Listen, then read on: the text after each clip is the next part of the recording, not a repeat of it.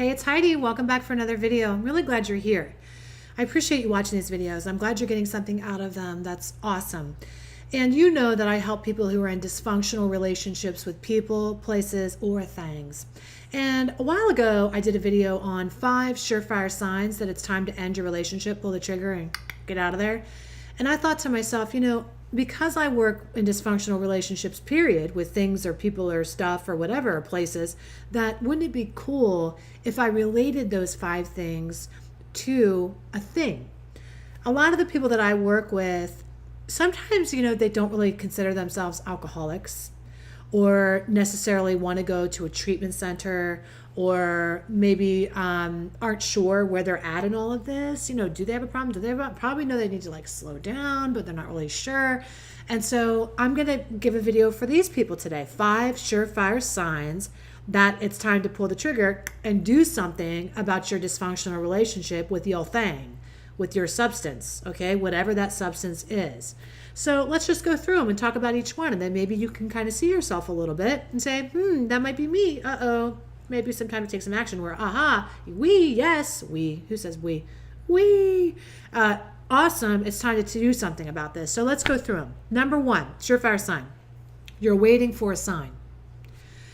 What that means in relationship to this is that you know that things are probably not that great, but you really haven't had any major consequence. Nothing really terrible has happened. Nothing really tragic has happened. And in fact, if you had a problem, wouldn't something really bad have happened by now? Wouldn't you have got a DUI or wrecked or woken up next to a stranger? Or maybe some of us have done some of those things, but not enough. So we're just kind of waiting for it to get bad enough. We're waiting for the sign. As soon as that thing happens, if that person says something to me about it, then maybe I'll think about it. Hey, if my kids start to notice, then maybe, I'll do something about it. So waiting for a sign. The problem with that is a lot of the time, the signs that come to you, God says a feather, a brick, and a bus. You don't want to wait for the bus to come, right? You want to get it while it's like a feathering. I know a lot of people who actually reach out for help just at the beginning. I call that killing the monster while it's little. Taking some action now so that you don't have to wait until you have this huge bottom or consequence. There's a big myth that you actually have to hit a bottom. You have to have something tragic or terrible happen before you get help. No, you really don't. You just have to decide that you don't really like the life that you're living, and that's it. You want to change. You want to do something different. Number 2, surefire sign that it's time to end this dysfunctional relationship that you have.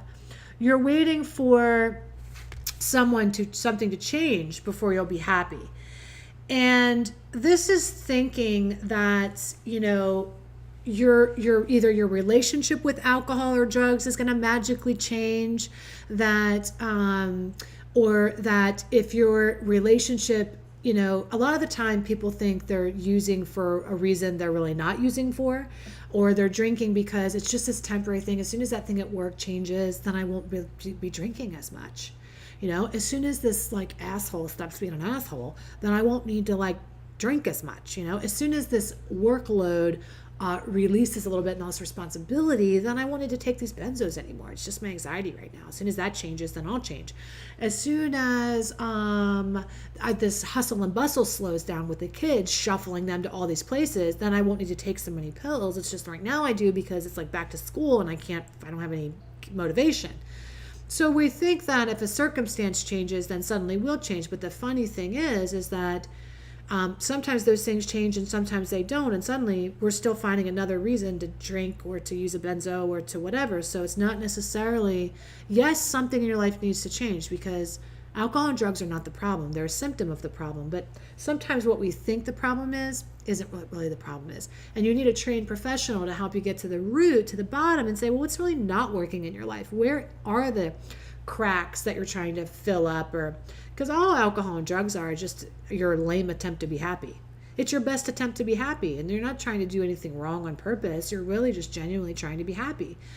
So waiting for things to change and thinking that's magically going to fix it. And it doesn't always do that. Number 3, you're settling. You're making excuses. You deserve better, but you're making excuses. So if you find yourself rationalizing, justifying, minimizing, it's a sign. It's a sign there's something else going on. Well, I only really drink when the kids go to bed, so they don't even really know. Nobody's really said anything about my drinking, so it's probably not that bad, or nobody's really noticing, or, I have to take this because I do have anxiety, and if I don't take it, and that might be legit. Like in every excuse, minimization, and rationalization, the reason why they're plausible is because there is a hint of truth to some of those things. And it's still destructive, and it's still not working for you. So all signs are starting to point to it's time to take a little step to move forward to get some help for yourself, right? Number 4, you're manipulating or strategizing. I know that I did this with alcohol for many, many years, and my eating disorder. It would look like with alcohol, it looked like, well, maybe I just won't drink before I go out. I just won't pregame, and then I won't be so drunk by the end of the night. Or I would say, well, it's really the liquor. It's the Youre. That's what it is. I'm just going to stick to wine. I would strategize and say, well, maybe if I only drink at 6:30, and from 6:30 to 10, I won't get that drunk. Or maybe I'll wait at dinner and only have a wine after they get their first meal. And then I realize I won't be that drunk by the time desserts come. I mean, strategizing. Or strategizing when you're going to be able to drink, if I can leave this party a little bit early, I don't drink here so they don't see me, but then I can get home and drink, thank God, be alone. Whatever it is, you're strategizing, you're trying to manipulate your way into a successful relationship with drugs or alcohol. And it's strategizing because it's manipulating because it's not working, right? It's ineffective. You find you're still not really happy, or it's not working somehow. And number 5, I think, is really the most important. And this is really how you know for sure, okay? It doesn't matter if you're an alcoholic or not an alcoholic. And first of all, nobody really cares if you're an alcoholic or not an alcoholic. Some people get really hung up on that verbiage, but I really don't. All I know is one thing for sure. Whether you're an addict or alcoholic, it doesn't matter. Is your life where you want it to be? Is your life on track? Because if it's not, then all the labeling isn't going to make a shit of a difference anyway. Because number 5 surefire sign is you don't like who you are in this relationship with alcohol. So whether you're an addict or alcoholic or not an addict or alcoholic or binge drinker or not, whatever, weekend warrior, whatever it is, you don't like who you are. You wake up and you have regret. You wake up and you have shame. You wake up and you don't remember.